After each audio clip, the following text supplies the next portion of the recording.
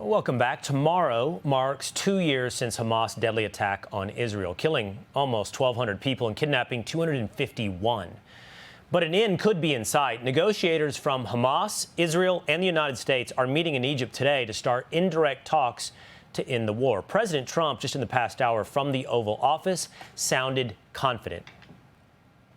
And in the negotiations, do you have any red lines in terms of Hamas disarming and whatnot? No, I have red lines. If certain things aren't met, we're not going to do it. But I think we're doing very well, and I think Hamas has been agreeing to things that are very important.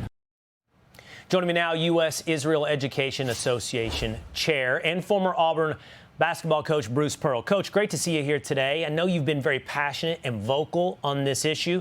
What do you think about progress, maybe confidence, when it comes to this peace deal? Well, Will, it's great to be with you. I'm cautiously optimistic that Hamas will free the hostages, those that are alive and those that have been killed. But the question is, are they going to demilitarize? Are they going to lay down their weapons? Are they going to leave Gaza and let the rebuilding begin? I pray for President Trump all the time because, Will, there's been no president in the history of our country that could have brought the Arab Muslim majority countries to the table and actually brought about an end to the war and an end to the killing and the possibility of a lasting peace in Gaza. This really could happen, but first, the hostages have got to be released. You know, Coach, I'm just trying to run through my memory here, my mental Rolodex, and think about all the issues you spoke about. And you were bold. You spoke on issues while you were head coach at Auburn.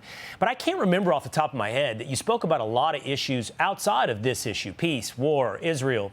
And so it caught my attention when Michael Wilbon on ESPN, and I'll say at the outset that I like Michael. All my interactions when I was at ESPN were friendly, and I think he's a nice guy. But I was really taken aback when he said this a few weeks ago about you, Coach.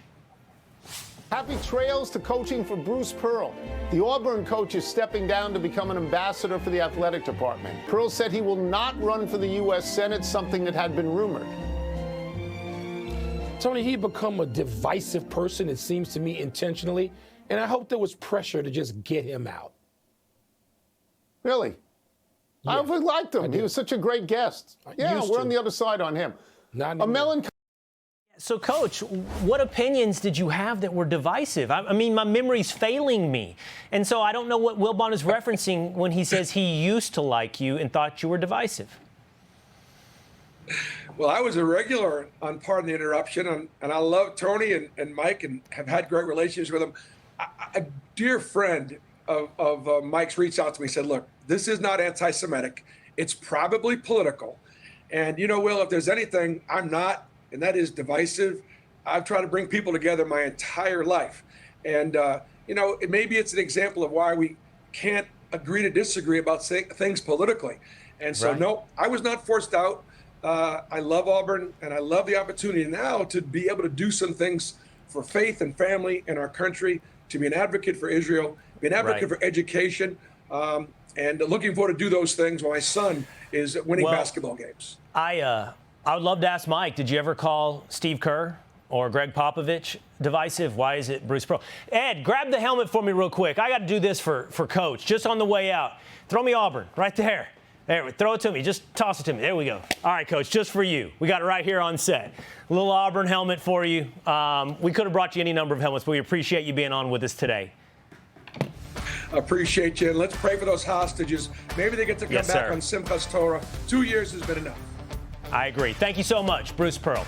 Hey, it's Will Cain. Click here to subscribe to the Fox News channel on YouTube. It's the best way to get our latest interviews and highlights. And click to subscribe to the Will Cain podcast for full episodes right now.